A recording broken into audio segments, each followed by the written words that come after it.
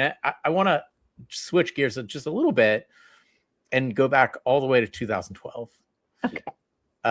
Because which feels like such a quaint other time. It really does. Yeah. I only had one child. I was young and I didn't have this gray yet. It was wonderful.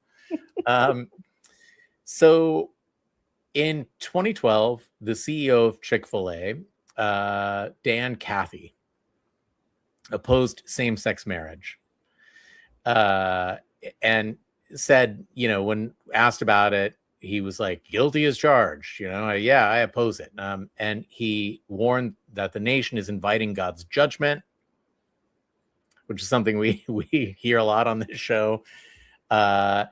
So there was a boycott, and you took part in that boycott, but you got a lot of flack for it from at least your Christian nationalist side of your family. No, from all quarters I got flack. So talk about that a little bit. Well, in 2012, I was not political or I didn't talk about politics or religion.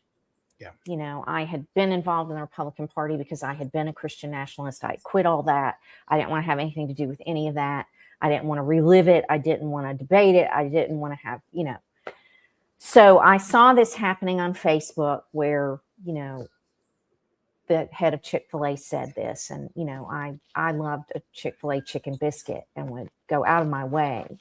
I'm not a morning person, and I would get up earlier than normal to go by there on my way to work sometimes to get these biscuits because I love them. I don't like the sandwich, but I loved the biscuit.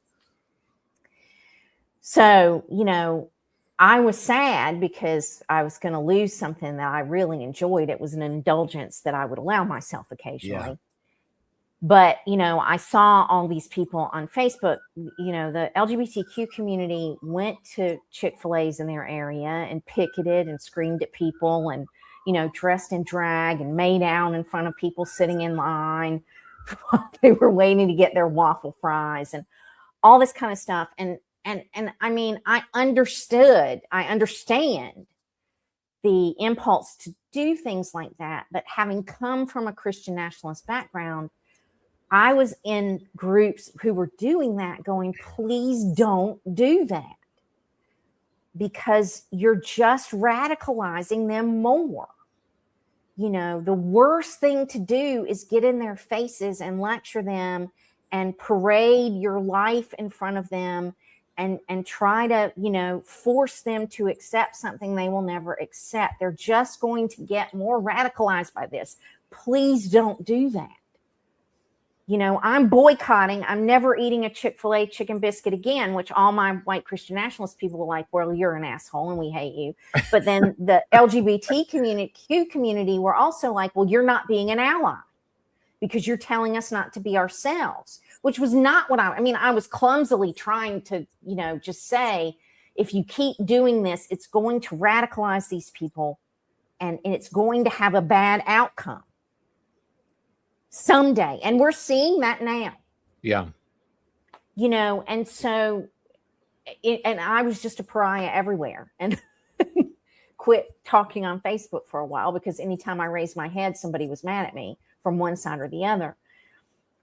But, there's value in looking back at that story because, we can't force people to accept things they refuse to accept. And that's what we're going through as a society now. You can't force Christian nationalists to accept things they believe their Bibles say are wrong.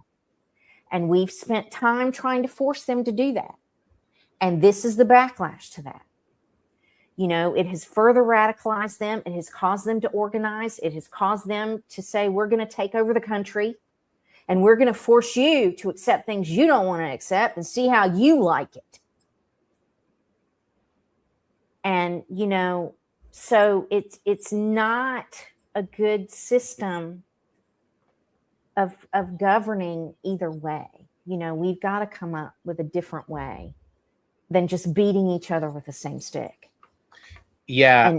And doing that tug of war back and forth. And those answers are above my pay grade, but it was just such an eye-opening thing for me to go through, to be like, I'm trying to help, and everybody hates me for trying to help.